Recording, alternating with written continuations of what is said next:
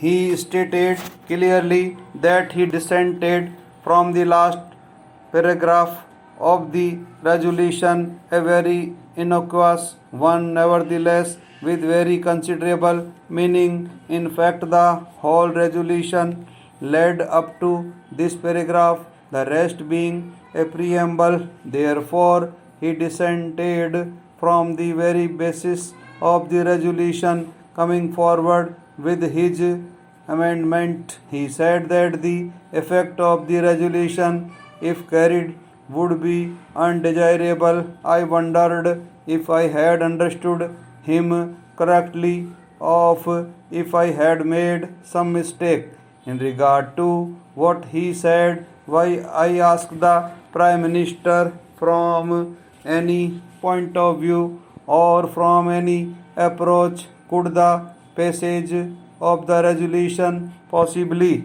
be undesirable? I have given thought to this matter, but I am quite unable to understand his reasoning. Therefore, it must be undesirable from some point of view of which I am not aware and which had nothing to do with the resolution. That is the conclusion I arrived at. Paragraph. I would put it to the distinguished assembly with respect and without meaning offense that this is a rather trivial way of dealing with this not only important question but vital question which is shaking the world, by calling it an amendment of the resolution. I submit that we are discussing very important matters affecting this assembly and the world. The Prime Minister in his argument talked about a conference. Why does the resolution suggest a meeting of a conference? I would beg him to read the resolution again because he has failed to understand it. It doesn't necessarily suggest a conference or a meeting, it suggests a renewal of contacts. Again, he asked, why should two people meet? Why should not four meet? Why dismiss the United Kingdom and France? Why omit them from summit talks? These are quotations which I took down when he was speaking. Why all this? He asked. Well, simply because there is no why about it, because nobody is dismissing or pushing out anybody or suggesting it.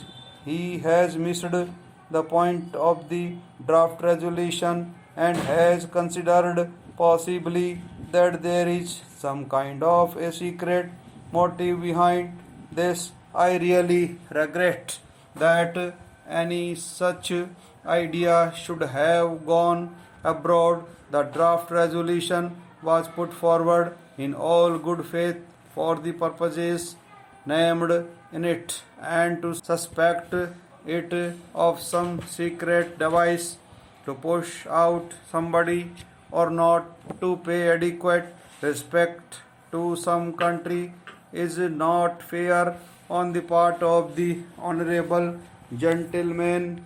Indeed, I greatly regret to say that the Prime Minister of Australia has done very little justice to himself in proposing this amendment. Paragraph.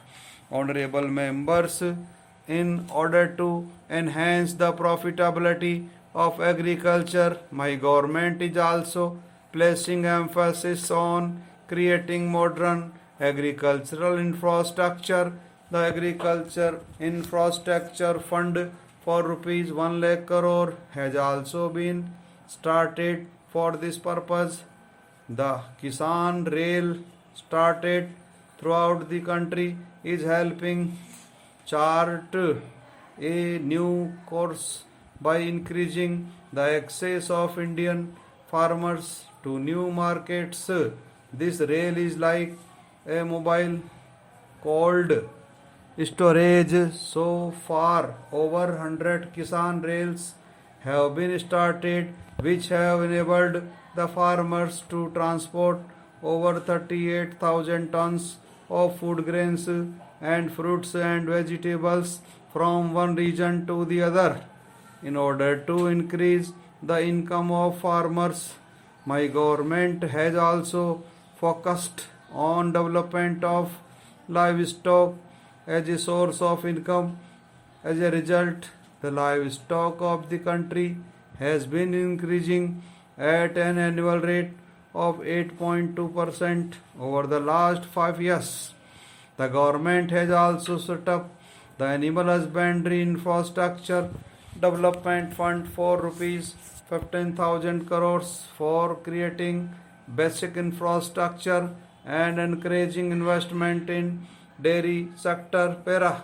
My government has also extended the facility of Kisan credit cards to animal husbandry and fishery sectors.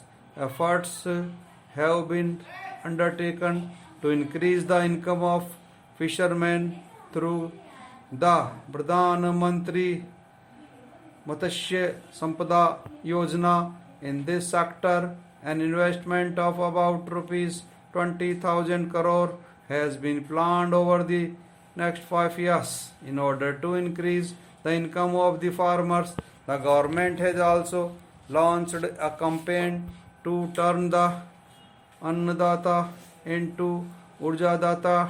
20 lakh solar pumps are being provided to farmers under the Pradhan Mantri Kusum Yojana. Government is also encouraging production of ethanol from sugarcane, maize and paddy. Due to the affirmative policies of the government over the past 6 years, the annual ethanol production has increased from 38 crores liters to 190 crores liters. The production is expected to reach 320 crore liters this year. Ethanol is emerging as a major source for augmenting the income of farmers. Pujya Bapu had envisioned the development of self-reliant Adarsh Gram. Carrying this idea forward, my government has been working relentlessly for multifaceted development of villages.